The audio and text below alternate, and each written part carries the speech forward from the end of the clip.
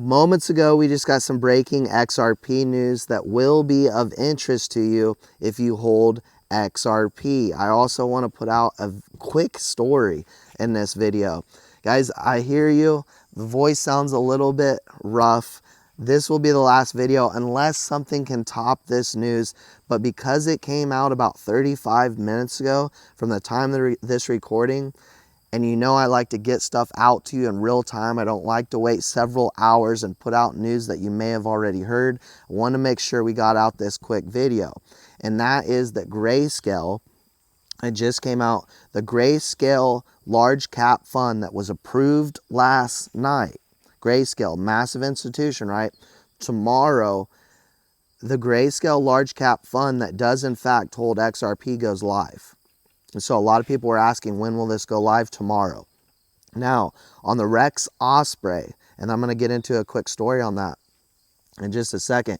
The Rex Osprey ETF that went live here today, not a massive institution for sure, and of course holding XRP, and this is going to allow for, you know, traditional investors to come in. It's also going to let advisors around the world to tell their clients, hey, if you want to get into this digital asset space and do it in maybe a more regulated way, go through this ETF. And so you're going to see some funds come in on that.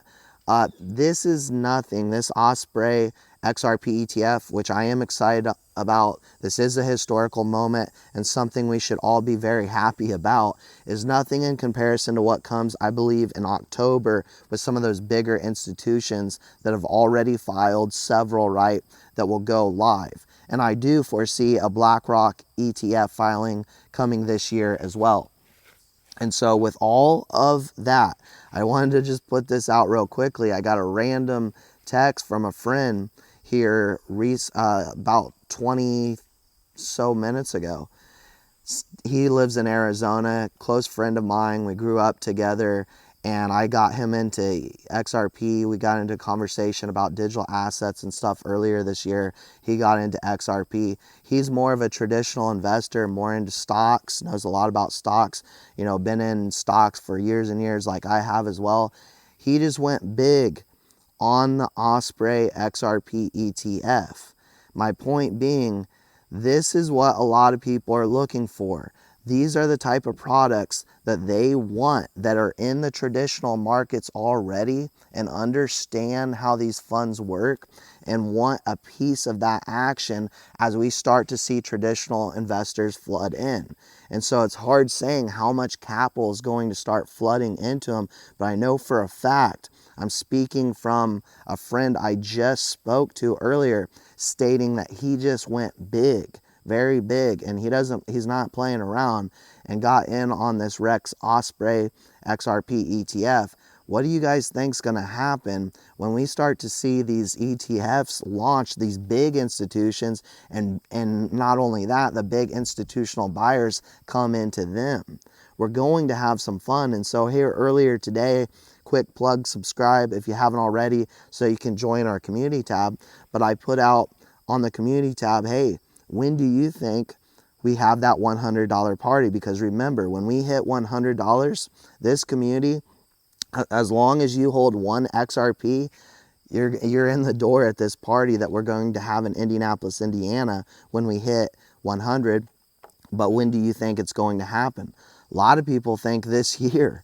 A lot of people think next year, and then there's a good amount that think within the next 5 years. Very few people believe that we won't hit $100 within the next 5 years. I don't see that happening. There's no way in my mind that we couldn't hit $100 minimum within the next 5 years. I think we go far beyond that, but it just gives you kind of an idea on the sentiment here.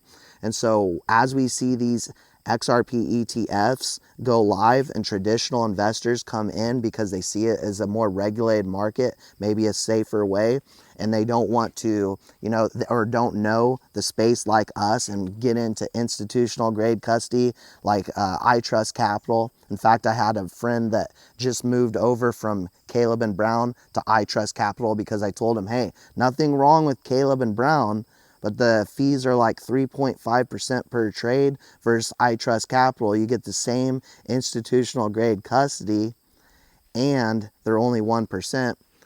My point being though, the folks that aren't watching this every day and watching the digital asset space and understanding how to buy and sell cryptocurrencies and utilize some of this institutional grade products out there and stuff like that, they're going to go into some of these places like Robinhood and just buy up and flood into these ETFs. So very exciting stuff, but I want to make sure this came out to you in real time. It just came out like 35 minutes ago that Grayscale large cap fund, guys, it goes live tomorrow. That's all I got for you for now. Let me know your thoughts and your opinions in the comment section below. Please don't forget to like and subscribe, and we'll see you all in the next one.